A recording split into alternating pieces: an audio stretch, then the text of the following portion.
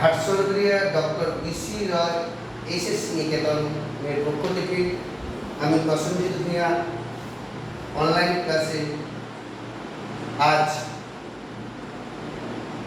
দশম শ্রেণীর গণিত বিভাগের দ্বিঘাত করণ সম্পর্কিত তত্ত্বে আমি আলোকপাত করব। এই দ্বিঘাত করণ সম্পর্কে জানতে গেলে আগে জানতে হবে করণী জিনিসটা কি। করণী জিনিসটা কি? করণী জিনিসটা কি? আমরা করণী জানতে গেলে তার ভেতরে দুটো জিনিস আমাদের জানতে হবে, মূলদ সংখ্যা আর অমূলদ সংখ্যা। মূলদ আর অমূলদ, যেটা ক্লাস 9-এ তোমরা ডিটেলসে পড়েছো। মূলদ সংখ্যা, অমূলদ সংখ্যা। আমি তবু শর্টকাটে বলে দিই, যে সকল সংখ্যাকে p/q আকারে প্রকাশ করা যায় কিন্তু q নট ইকুয়াল টু 0 এবং pq একটা পূর্ণ সংখ্যা, তাকে মূলদ সংখ্যা বলা হয়। যে সকল সংখ্যাকে p/q আকারে প্রকাশ করা যায় q নট ইকুয়াল টু 0 এবং pq পূর্ণ সংখ্যা, pq পূর্ণ সংখ্যা, তাকে মূলদ সংখ্যা বলে। যেমন 2, 3, 1.2, 1.2 মানে 12/10, এটা একটা মূলদ সংখ্যা। 2 এটা একটা পূর্ণ সংখ্যা বটে, কিন্তু একটা মূলদ সংখ্যা, কারণ 2 কে লেখা যায় 2/1, 2/1, এটা একটা মূলদ সংখ্যা। তাহলে আমরা মূলদ সংখ্যা বলতে কি আমরা জানি না, যে সকল সংখ্যাকে p/q আকারে প্রকাশ করা যায় না তাকে অমূলদ সংখ্যা বলে। যেমন √2, √3, √5, পাই, এগুলো সব অমূলদ সংখ্যা। রুটের ভেতরে যে সকল সংখ্যা, যে সকল পূর্ণবর্গ সংখ্যা নয় এমন কোন সংখ্যা যদি থাকে সেটা একটা অমূলদ সংখ্যা। এগুলো ক্লাস 9-এ কিন্তু ডিটেইলসে আলোচনা হয়েছে। আবার বলছি, রুট আন্ডার এমন সংখ্যা যেটা পূর্ণবর্গ সংখ্যা নয়। √x, যেখানে x পূর্ণবর্গ সংখ্যা নয়, পূর্ণ বর্গ সংখ্যা নয় এমন সংখ্যা, এটাকে বলবো অমূলদ সংখ্যা। যেমন √2 পূর্ণবর্গ সংখ্যা নয়, মানে 2 সংখ্যাটাকে অন্য কোনো পূর্ণ সংখ্যার বর্গ আকারে প্রকাশ করা যায় না। 3 সংখ্যাকে অন্য কোনো পূর্ণ সংখ্যার বর্গ আকারে প্রকাশ করা যায় না।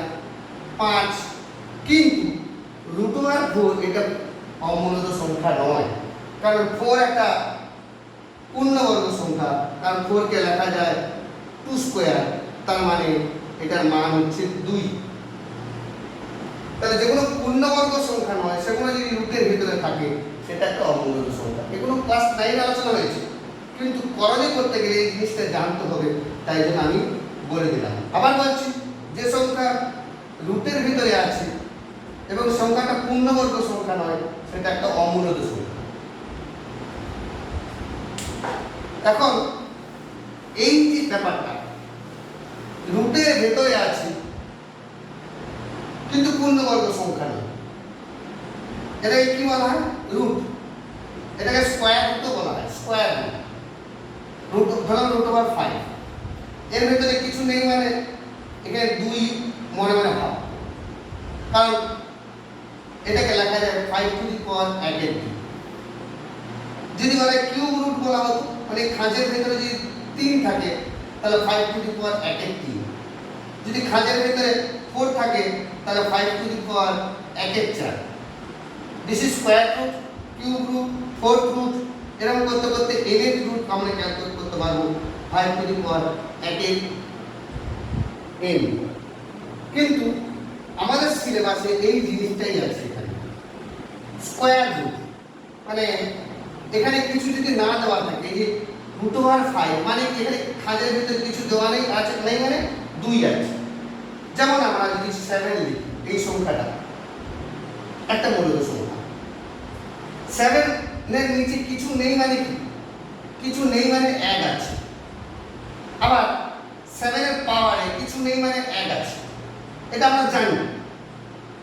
সেরকমই ধরে নেই √5 এই খাঁজের ভেতরে কিছু নেই মানে 2 আছে, স্কয়ার রুট। তো এই সংখ্যাটাকে মানে যার অর্ডার ক্রম হচ্ছে 2 করণী, তার মানে এই জায়গাটা যে 5 √5 এর খাঁজের ভেতরে কি আছে? 2 আছে। তার মানে এই করণীর ঘাত কত? এই যে 5 এর তোমার 5 টু দি পাওয়ার 1 এর 2, তাই জন্য এই জিনিসটাকে বলা হয় দ্বিঘাত করণী। দ্বিঘাত করণী যেমন যদি এটা লেখা হয় এটা ত্রিঘাত করণী। 5 এর খাঁজের ভেতরে কত আছে? 3, তাহলে লেখা যায় 5 টু দি পাওয়ার 1 এর 2, এটাকে বলা হয় ত্রিঘাত করণী।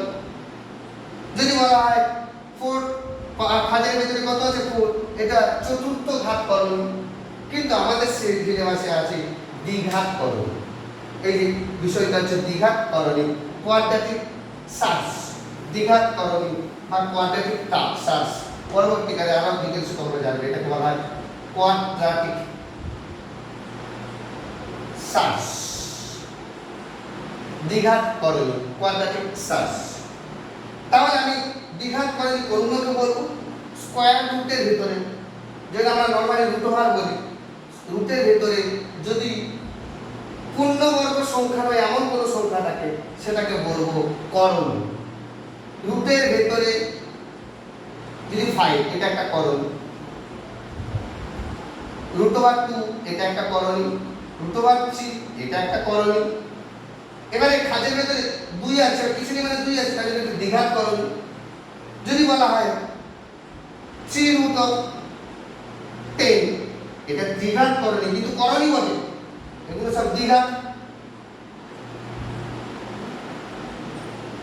আর এটা ত্রিঘাত। কিন্তু আমাদের সিলেবাসে এই জায়গাটা আছে। তাহলে করণী কোনগুলোকে বলে একটু ভালো করে একবার আরেকবার একটু রিভাইজ করে দেবো যে রুটের ভেতরে পূর্ণবর্গ সংখ্যা নেই এমন পূর্ণ সংখ্যা। পূর্ণবর্গ সংখ্যা কোনগুলো? 1, কারণ 1 কে লেখা যায় 1 স্কয়ার, 4 কে লেখা যায় 2 স্কয়ার, 9 কে লেখা যায় 3 স্কয়ার, 16 কে লেখা যায় 4 স্কয়ার। যে সকল সংখ্যাকে অন্য কোনো মূলত সংখ্যা বা অন্য কোনো পূর্ণ সংখ্যার বর্গ আকারে প্রকাশ করা যায় সেগুলো বলা হয় পূর্ণবর্গ সংখ্যা। কিন্তু এগুলো বাদ দিয়ে 1, 4, 9, 16, 25 এগুলো বাদ দিয়ে বাকি সব অপূর্ণবর্গ সংখ্যা। পূর্ণবর্গ সংখ্যা নয়, যেমন হচ্ছে 2, 3, 5, 6, 7, 8, 10, 11, 12 এগুলো সব পূর্ণবর্গ সংখ্যা। যখন এগুলো রুট করা হবে এগুলো করণী হয়ে যাবে। এগুলোকে কি বলবো? করণী। যেগুলো যখন রুট করা হবে এগুলো সব এক একটা করণী। এটা করণীর ঘাত কত? দ্বিঘাত, কারণ এর খাঁজের ভেতরে কিছু নেই মানে 2 আছে। এই দ্বিঘাত করণী হচ্ছে আমাদের সিলেবাসে আছে। আশা করি তোমরা বুঝতে পেরেছো যে করণী জিনিসটা কি আর দ্বিঘাত করণী জিনিসটা কি। আচ্ছা তোমরা ভাবো তো এটা দ্বিঘাত করণী না কি? কিউব রুট অফ 27 এটা কি একটা করণী? Cube root of 27। কিন্তু আমি একটু আগে বলেছিলাম যে 27 কে লেখা যায় কিউব রুট অফ 27 কে লেখা যায় কত? 3 কিউব, কারণ 27 কে লেখা যায় 3 গুণিত 3 গুণিত 3। আর কিউব রুট মানে 3 কিউব, তার পাওয়ারে কত? 1 এর 3। যদি সূচকের নিয়ম অ্যাপ্লাই করি 3 3 কেটে যাবে, তার মানে এটা একটা পূর্ণবর্গ সংখ্যা হয়ে যাচ্ছে। এটা কিন্তু করণী নয়। দেখ আমাদের সিলেবাসে যেটা যদি বলা হয় এটা করণী নয়, কারণ 16 কে লেখা যায় কত? 4 স্কয়ার, এটা করণী নয়। কিন্তু √17 এটা একটা করণী, √13 এটা একটা করণী, √50 এটা একটা করণী। যেগুলো পূর্ণবর্গ নয় তার বর্গমূল যদি করি সেটা একটা করণী।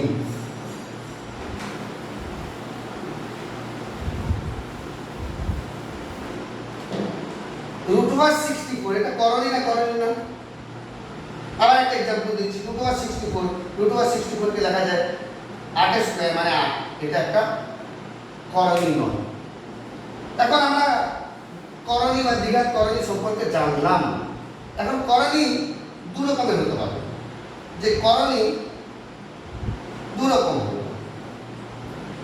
এক হচ্ছে শুদ্ধ দ্বিঘাত করণী, মানে দ্বিঘাত করণী দু রকম, শুদ্ধ দ্বিঘাত করণী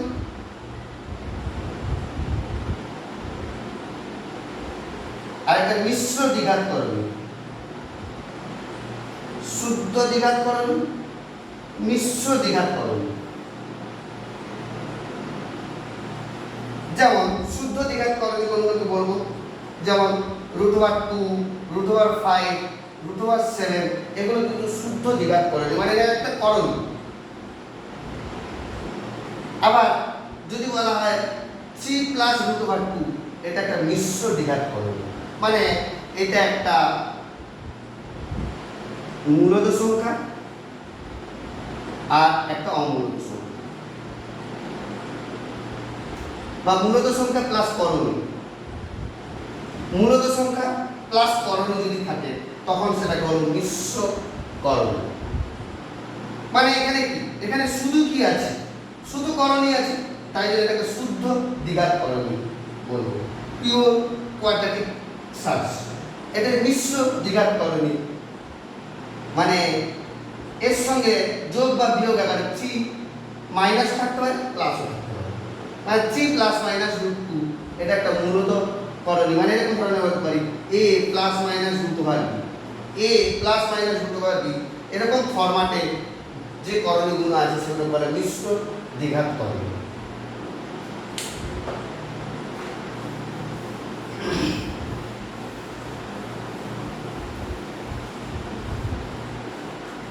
এখন এটা তো বুঝলাম যে √2 এটা একটা করণী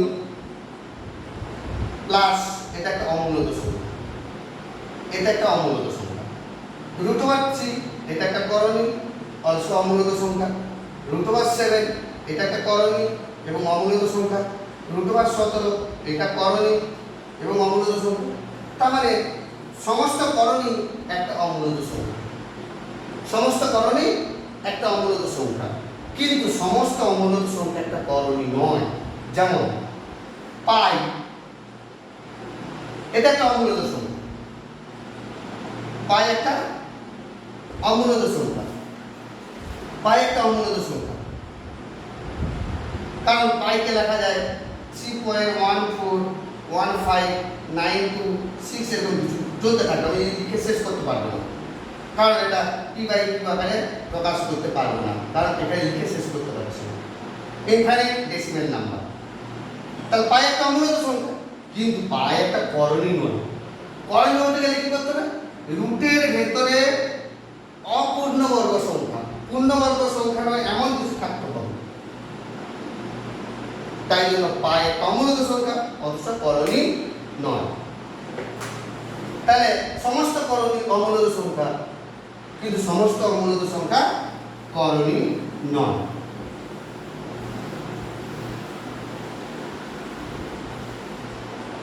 এখন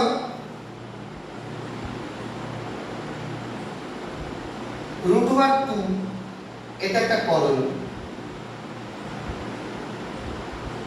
3√2 মানে এই √2 করণীর সঙ্গে একটা মূলদ সংখ্যা গুণিতক আকারে আছে। আবার -4√2 এটা একটা করণী। তবে এগুলোর মধ্যে মিল কি বলতো, এই √2 আছে, এটাকে করণী বলছে কি জন্য, √2 জন্য। এটাকে করণী বলছে কি জন্য, এই √2 জন্য। এটাকে করণী বলছে কি জন্য, এই √2 জন্য। তাহলে প্রত্যেকটাতে √2 আছে, তাহলে এই করণীগুলোকে বলা হয় সদৃশ্য বা লাইক সার্চ, সদৃশ্য করণী। এটাকে বলা হয় সদৃশ্য করণী, একই রকম দেখতে সদৃশ্য করণী। আবার যদি বলা হয় 5√2, 3√3, 7√2, -9√3 বলো তো এখানে কোন কোন কোনগুলো সদৃশ্য? এখানে √2 আছে, এখানে √3 আছে, তাহলে এখানে √2 আর √3 এটা সদৃশ্য নয়, একই রকম দেখতে না। √2 এর সঙ্গে এই √2 সদৃশ্য করবে, আবার এখানে √3 এখানে √3, তাহলে এই দুটো পরস্পর সদৃশ্য, আবার এই দুটো পরস্পর সদৃশ্য। কিন্তু কখনো বলতে পারবো না যে ধরে নাও 3√2 আর 3√3 এই দুটো সদৃশ্য, এই দুটো কিন্তু মধ্যে কোনো মিল নেই। তাহলে আমরা কোনটা দেখে স্টাডি করব? করণী দেখে স্টাডি করব। এই 5টা তো করণী না, √2টা করণী, 7 তো করণী না, 7 তো মূলত সংখ্যা, তার সঙ্গে যেটা আছে সেটা করণী। এই করণীটা যদি একই হয় তখন সেই দুটো করণীকে বলবো সদৃশ্য করণী, আর না হলে এই দুটোকে বলবো অসদৃশ্য করণী, অসদৃশ্য করণী। তাহলে আশা করি বুঝতে পারছো লাইক আনলাইক সার্চ জিনিসটা কি, সদৃশ্য করণী বা অসদৃশ্য করণী ব্যাপারটা জিনিসটা বুঝতে পারছো?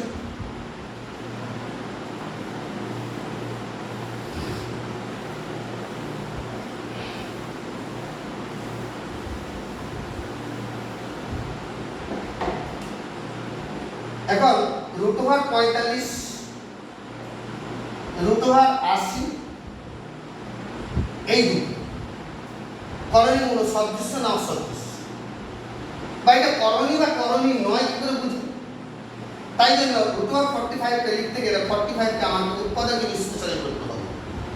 3 দিয়ে যাবে 3 15 45, 3 দিয়ে যাবে 3 5 15, আর যাবে না, তাহলে √45 মানে কত? 3 গুণিত 3 গুণিত 5, তার মানে দুটো 3 এর ভিতরে আছে, রুটের বাইরে বেরিয়ে গেলে একটা 3 হয়ে যাবে, √3 × 5। যদি এটা সহজে না বুঝতে পারো আমি আরো ভালো করে বলছি যে √3² × 5, তার মানে √3² × √5, তার মানে এই যে √3², তার মানে এটা 3 হয়ে যাবে, পূর্ণবর্গ আকারে ভিতরে রূপে আছে, আর × 5, তাহলে √45 কে কিভাবে লিখতে পারি? 3 × √5। এবারে √80, তাহলে একই রকম ভাবে √80 কে যদি করতে হয় তাহলে 80 কে উৎপাদকে বিশ্লেষণ করতে হবে। 2 40, 2 20, 2 10, 2 5, তার মানে কি পাচ্ছি? একই রকম লেখা যায় যে 2² × 2² × 5, তাহলে দুটো 2 বাইরে বেরিয়ে যাবে, × √5, তার মানে 4 × √5। তাহলে কি পেলাম আলটিমেটলি? যে √45 মানে হচ্ছে 3√5, আর √80 মানে হচ্ছে 4√5। দেখো এই দুটো করণী সদৃশ্য না অসদৃশ্য? এখানে √5 আছে তাই জন্য বলছি এটা করণী, এখানে √5 আছে তাই জন্য বলছি এটা করণী, তাহলে একই রকম দেখতে, তাই জন্য এই দুটো হচ্ছে সদৃশ্য করণী, এই দুটো হচ্ছে সদৃশ্য করণী।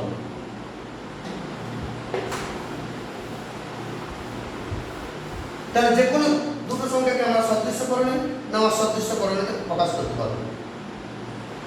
আচ্ছা, √50 মাইনাস √18 ও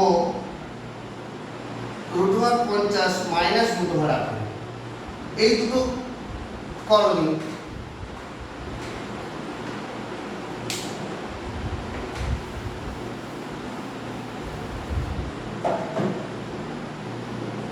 যদি যোগ করি, একটা প্লাস একটা মাইনাস, তাহলে এটা একটা করণী, এটাও একটা করণী। এই দুটো করণীকে যোগ করে দেখো, এখানে প্লাস √18, এখানে মাইনাস √18 অটোমেটিক্যালি কেটে যাচ্ছে, তাহলে কি পেলাম? 2 × √50। তাহলে এটা শুদ্ধ করণীতে প্রকাশ করতে পারছি, মানে একটা শুদ্ধ করণীতে প্রকাশ করতে পারছি। আবার যদি বলা হয় যে 2 + √3 ও 2 - √3, দেখো এই দুটো, এটা কি মিশ্র করণী, এটাও মিশ্র করণী, তাহলে দুটো মিশ্র করণী পেলাম, তার মানে এটা একটা করণী মিশ্র করণী, এটাও একটা মিশ্র করণী। যাই হোক দেখুন আলটিমেটলি দুটো করণীর যোগফল একটা করণী হতে পারে, আবার করণীর নাও হতে পারে। যেমন তুমি দেখো যে √2 + √3 এটা একটা করণী ছিল, √2 একটা করণী, আবার √3 একটা করণী। এই দুটো করণী যদি যোগ করি √2 + √3 এটা নিজেও একটা করণী, কিন্তু এটাও একটা করণী যে মিশ্র আর শুদ্ধ, এটা একটা করণী, এটা একটা করণী। কিন্তু এই দুটো করণী যদি যোগ করি তাহলে 2 + √3 আর 2 - √3, √3 কেটে যাচ্ছে মানে 4, তাহলে একটা মূলত সংখ্যা, তার মানে দুটি দ্বিঘাত করণীর যোগফল একটা দ্বিঘাত করণী হতে পারে আবার নাও হতে পারে, কারণ এই দুটো দ্বিঘাত করণী যোগ করে আমি কি পেলাম একটা মূলত সংখ্যা পেলাম।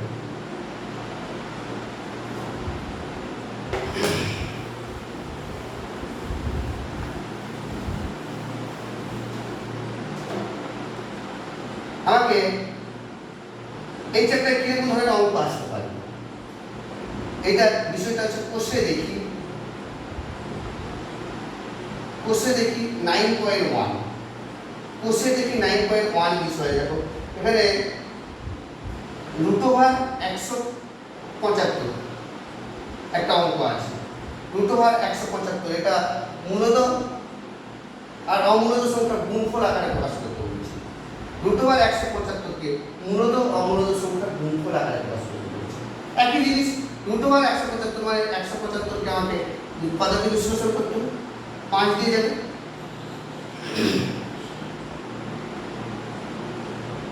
5 থেকে 5 5 5 25, 5 থেকে 15, 5 5 25 আর 5 7 35।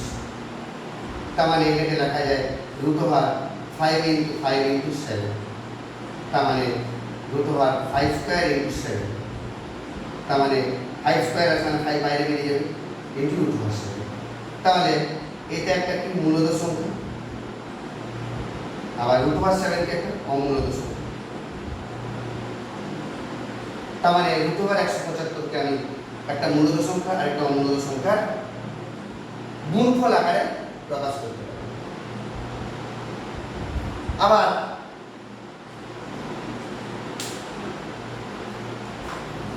আমি আরেকটা অঙ্ক করতে যাচ্ছি, তো এটাকে √108 - √175 এটাকে প্রমাণ করতে হবে √3, এটা প্রমাণ করব। তার মানে আমাকে প্রথমে √108 কে মূলত অমূলত সংখ্যার গুণফল আকারে প্রকাশ করতে হবে, ওই যেরকম উৎপাদক বিশ্লেষণ করে, আর √175 কে মূলত অমূলত সংখ্যার গুণফল আকারে প্রকাশ করতে হবে। তারপর যদি তারা সদৃশ্য না অসদৃশ্য করণীয় হয় দেখব। তবে দেখা যাক বাম পক্ষে কি আছে দেখি। বাম পক্ষে আমাদের আছে √108, তাহলে 108 কে আমি উৎপাদকে যদি বিশ্লেষণ করি 54 2 27 3 9 3 9, তাহলে এটাকে লেখা যায় √2² × 3² × 3, তার মানে 2 × 3 × √3, তার মানে 3 2 6 6√3। বাম পক্ষে এটা ছিল 105, বাম পক্ষে আরেকটা জিনিস ছিল, আরেকটা কি ছিল √75 ছিল, তাহলে √75 কে লেখা যায় 5² × 3, মানে 5 × √3। এবার বাম পক্ষে যদি আমি যোগ করে দিই তাহলে কি পাচ্ছি, বাম পক্ষে কি ছিল একটু করে করছি √108 - √75, তার মানে কি পেলাম 6√3 - 5√3। দেখো 5টা 6√3 আর এটা 5, মানে 6টা √3, এটা 5টা √3, দুটো যোগ করে দেখি হবে 1টা √3, তার মানে আমাদের ডান পক্ষ পেয়ে গেলাম। এভাবে এই চ্যাপ্টার সমস্ত অঙ্কগুলো করবেন। পরের দিন আমি পরের বিষয়ে আসবো। তো যাই হোক, আজকে দ্বিঘাতকরণী ওর বিষয়টা আমি আলোচনা করলাম।